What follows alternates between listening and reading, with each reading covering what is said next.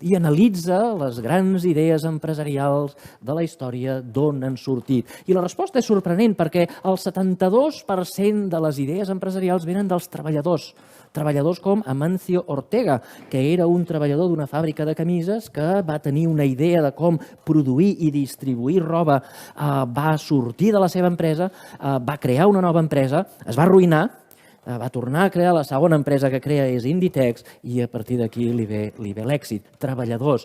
El 20% de les idees venen de ciutadans normals i corrents que no són treballadors, que són, per exemple, estudiants com el Mark Zuckerberg de Facebook, que són mestres o poetes com els creadors de Starbucks o que són pallassos que estaven als semàfors tirant pilotetes abans de crear el Cirque du Soleil.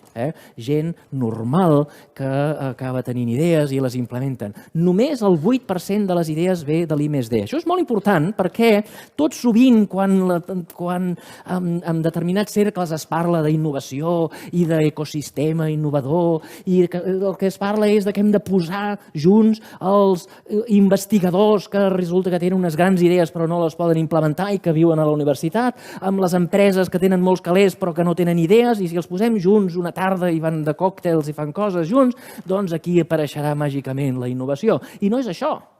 No és això. Les idees vindran de gent normal, només 8% de l'I+D i, per cert, aquest 8% concentrat en 3 sectors, farmacèutiques, automòbil i telecomunicacions.